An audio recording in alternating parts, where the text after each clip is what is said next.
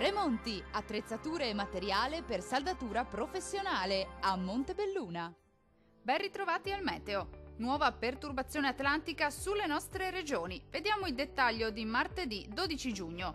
Sul Veneto il tempo sarà spiccatamente instabile, sin dal mattino locali rovesci o temporali possibili un po' su tutti i settori della nostra regione, alternati comunque ad ampie pause soleggiate. Generale miglioramento entro la nottata.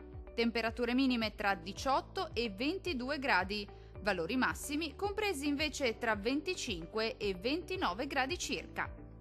Non cambia di molto la previsione sul Friuli Venezia Giulia, qualche spazio soleggiato in più al mattino, poi col passare delle ore deciso peggioramento con qualche rovescio possibile un po' su tutti i settori della nostra regione. Migliorerà in nottata.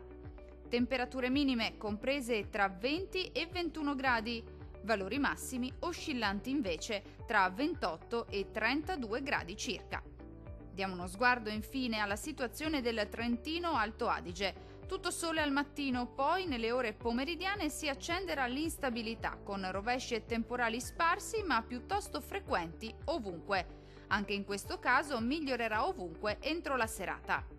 Le temperature minime saranno comprese tra 17 e 18 gradi. Le massime oscilleranno invece tra i 25 e i 26 gradi.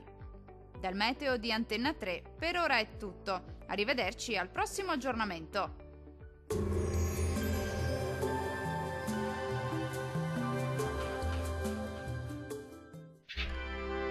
Tremonti, attrezzature e materiale per saldatura professionale a Montebelluna.